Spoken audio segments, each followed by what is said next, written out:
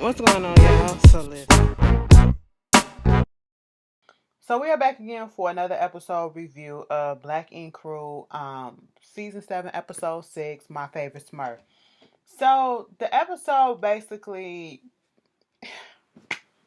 y'all, can I be real with y'all? I don't know if it's because I do these early in the morning, late, and I'm just trying to get it out. And I'm not even tired right now, but I mean, I know Black Ink Crew was a ratchet ass show. That's the reason why we was watching it. But at this point, it feels like the majority of the VH1's reality shows, to be quite honest, they're all scripted or they're all just, it's lost its luster a little bit for me because at this point, I'm like, this shit is tired. The shit that y'all doing is tired. We didn't seen this already before, or y'all reaching and all this stuff. It's just I was looking at this episode like, you gotta be kidding me. Maybe because I think a lot with my professional hat, business minded and stuff like that. And I know how to switch that on off, but still, it's just a lot of stuff on here that I be like, girl, this will never fly in real life. Even if it was a lax ass tattoo shop or anything else, it would not fly in real life. So, am I the only one that's getting this feeling? Okay. But I just had to put that out there.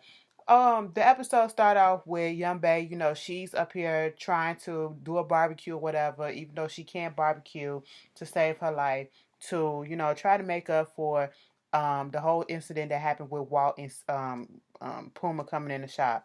It's not your fault, girl. It's his fault. So I wouldn't even fucking try. Um she also goes and hires somebody. Now see, this is where shit gets fucked up at. Why is it that these people in this shop who are not the manager and not the boss, okay? You put so much responsibilities on these fucking people who are just workers and who are paying booth rent and all this stuff, and not the actual manager who's supposed to be doing the job and everything. You put so much responsibility on them. And that's the same thing too with Alex and, him hiring old boy. Alex is not a manager. Scott is a manager. Ain't Walt a manager or something? And ain't Teddy a manager or something? Why none of them went behind him and approved the stuff? Okay, so you can't be mad at Alex for so-called hiring this guy when that wasn't technically his job. The same way that Young Bae did, she brought on this new girl, Toki, whatever the fuck. She's annoying to me, and she's trying too hard already. Um, you know, she has a background where she was sexually assaulted at 14 years old by 3 guys. She grew up Jehovah's Witness, she broke free, all that stuff, whatever. Okay, fine. That was a cute backstory. I can understand some things, the Jehovah's Witness thing, whatever. But other than that, it just feels like she's putting on just because the cameras are there. And her jumping out the box and I'm here, bitches, and all this stuff. First of all, you don't know me to call me a bitch, okay? Second of all, just calm that shit down. And in this instance, you saw how Young Bae said she hired her to be the receptionist, but then Caesar said, I'm the one that do the hiring and firing. Also, now you want to do the hiring and firing when other times you didn't do it. You just let anybody else bring whoever they want to into the shop. Now you want to give that approval because of what happened with her. Oh, okay. Um, after that happened, she said she's a body paint person. I said body paint, and she specializes in body painting, and she also is trying to be an apprentice for a tattoo artist, and she can be a receptionist. you know if you want to hire me to be the receptionist, that's cool. We can be an apprentice and all that stuff, that's cool too. So he said, come back tomorrow and show me what you got. So she showed him, had this client. She said usually it takes 3 to 4 hours to do the body paint, so we're gonna do it in 2 hours. Because he had to go pick up his daughter. He had a conversation with his daughter where basically his daughter told him that, he ain't shit. He don't be there for her. And it's some things that, should just be left to the side. It ain't always about work. You should be paying attention to your daughter, which is true. She got him all the way together, okay? And she was having this dance, the little prom or whatever, 8th grade prom. She ain't had nobody to go with. And so he gonna go take her. And that was probably the sweetest and the cutest part about this whole episode, when Caesar showed up, dressed up, had the limo and everything for his daughter, and they had a good time at the prom. And she said it was the best day of her life. That's all that matters with that little moment. That was the best part of this whole episode. But back to little Tookie. Tookie came back over there and she was body painting the girl, and it looked like a mess. Okay, they was 100% honest. I didn't get it. Okay, I didn't know until she said that it was a fish, that was a koi fish, and I just thought it was flowers and skies and stuff or whatever. It was a lot of blue. I didn't get it until they said exactly what it was. But she gets in her feelings because he really wasn't feeling it, because it was a rushed thing, and she goes back there crying. Girl, don't nobody care about no tears, especially in this shop. You seen the show. That's why you coming on here acting extra as fuck. You seen the show. You trying to make an impression. And Young Bay said, bitch, Sky came at me the first time I got there, and I toughened that shit out. I stuck it out as well. Bitch, you gotta have tough skin being up in this bitch too. Okay? So she came back. They was throwing a party. Of course, they was throwing a fucking party. Always a goddamn party. Okay? Because designer was coming back. They threw a little panda party. Nobody was really tattooing nobody in this episode. And at this point, we get Donna meeting up with Scott, and I think was it Melody or somebody? Somebody. And they was outside or whatever, and she said Jada coming, that they got a new receptionist. Young Baden hired a new receptionist or whatever, and Caesar went on ahead and hired her. They was like, damn. So they just went on ahead acting like she ain't worth shit or whatever.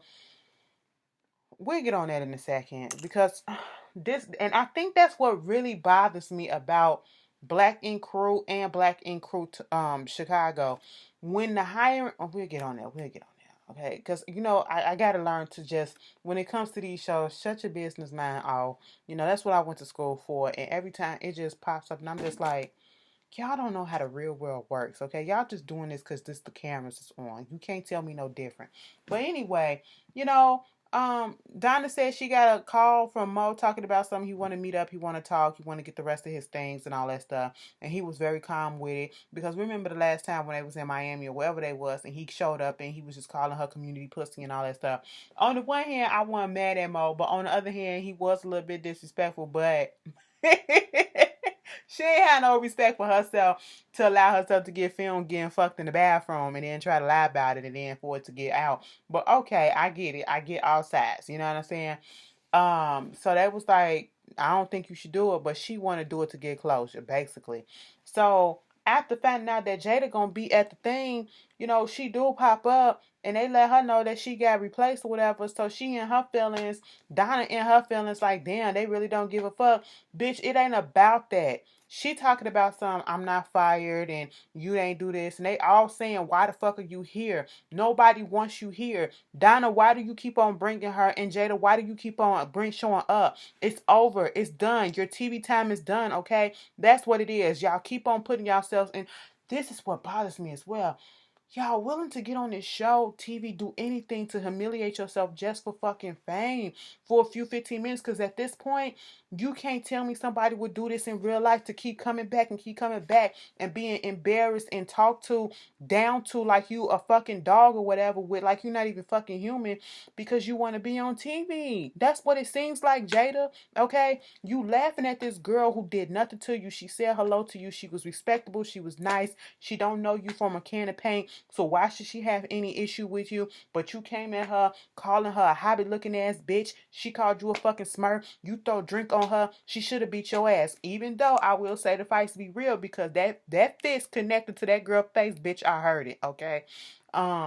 Jada threw hands, and it wasn't even necessary. And you really think that you gonna be allowed back after that, even if you was unjustly fucking fired, which I feel you wasn't. Okay, come the fuck on. You shouldn't have been down there in New Orleans. If you would have stayed your ass down in New York, you probably would have still had your job at this point. Okay, nothing would have transpired had you not got your ass on that fucking plane. That's on you. Okay, you could have told Kitty no. Okay, because what the fuck they need you for? You a fucking receptionist, okay? Girl, get the fuck out of here. And that girl was crying because she wanted to be a receptionist, girl. I can't. It's the low standards. The low standards. And this is the thing. Jada shows back up to the shop, okay? She shows back up to the shop as if she's gonna fucking be the receptionist and all this stuff. And they like, you are not the fucking, you're fired, okay? And this is what gets me.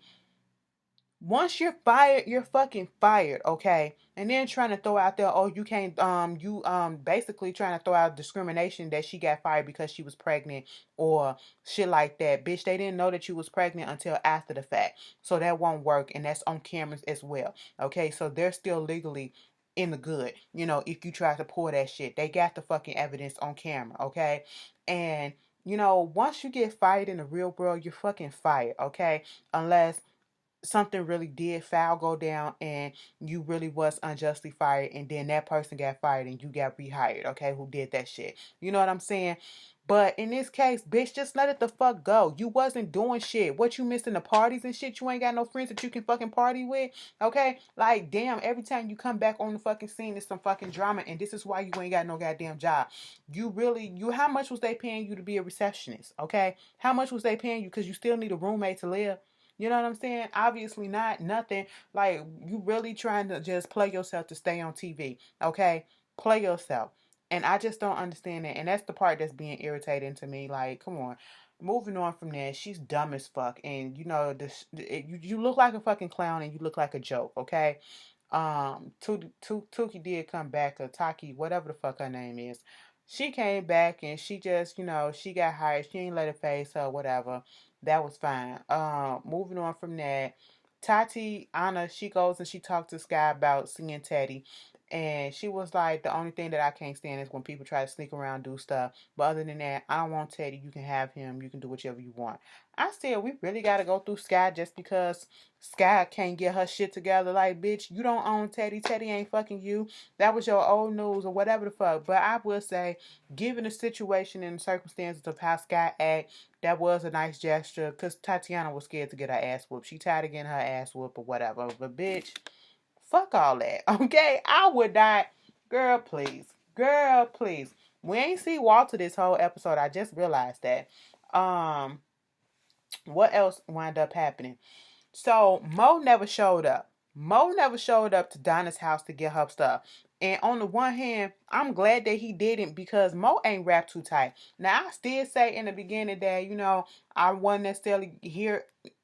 I wasn't 100% mad at him for calling her community pussy, because, she didn't treat herself with respect anyway. But I can see that he does have a pattern of just blowing the fuck up. And the way that he talked to her on that phone after 2 hours, and she finally called him and got in touch with him, and he kind of said, "You bum ass, quit playing with me, you bum ass bitch," or something like that. Now, at first, it sounded like he was talking to somebody else that was probably fucking with him on the side. But we gonna assume that he was talking to Donna, and I'm like, I'm with Donna on this. You called her, wanted to meet up. So what the fuck is your problem? Why are you doing this shit? And Donna, bitch, I would have just threw his shit out in the garbage can in the first fucking place. Okay, fuck that shit. You didn't take it when you left. So therefore it's mine, and I can do whatever the fuck it is that I want to do with it. Fuck you and your mama too. Okay. I'm so glad that he didn't meet up, because ain't no telling what he probably would have did. He probably would have snapped on her and did some shit. It probably would have been, what if the cameras wasn't there and ain't no security there? He could have did something, fucked up to her. You just don't know these days. Niggas are crazy. Niggas and bitches are crazy. Okay? So, speaking of Donna, Alex had went over there to her place to see what was up, and she said she was out partying with the girls all night, and she literally forgot about the surgery shit. How do you forget about something so important to your mate unless it's not important? You don't give a fuck. And that's exactly what she showed to Alex. She don't give a fuck. And I was completely with Alex for being upset, because I know the type of person I am. And if I've been talking about this and talking about this, and you see how distraught and worried I am about the whole situation, so why would you not take it seriously with me? Just be there for me. I'm not asking you to do much. Just be there for me and be the shoulder for me to lean on for a minute. Okay? It's not act like I'm asking you for an arm and a leg, and stuff like that. That tests a relationship. That goes to show how much you care about a person, whether you're a friend or a boyfriend or a family or whatever. And you just say you forgot. Bitch, get the fuck out of here with that. That goes to show it wasn't important. It never was important to you. And then, Alex, I feel as though he overreacted a little bit, because he was still in his feelings with Donna. He wasn't speaking to her. So when Scott said, "Did you tell, do we know about more, whatever?" And the way he flipped out and trying to make it seem as if she actually met up with him when she didn't, And that he trying to say, so when you wasn't there with me in the surgery, you was with him or whatever. So you fucking with your old nigga, you cheating on me with him and all that stuff. I said, damn, Alex, you literally took it from one field to the next field. No, baby, that ain't what happened. I'm trying to defend Donna in this case. Okay, Donna was helpless. Then this little motherfucker, I said, you better not put your hands on her. Donna, you better sit on his little ass. Okay. Um, Donna ass weighed more than Alex, okay? I'm talking about her whole ass, okay? Not her body, but that ass weighed more than Alex, okay? You better plump that shit on him if he ever try. Bitch, that motherfucker poured the paint off the wall and walked out like this. I said, what type of shit I'm supposed to be scared of that? Alex, you better stop fucking playing. Okay, you doing the absolute fucking most, and I feel like it was for camera too. But y'all tell me how y'all felt about this episode. Do you get where I'm coming from? I don't know. Maybe it's because it's late, but it is what it is. Y'all tell me how y'all feel. I'll see y'all later. Peace.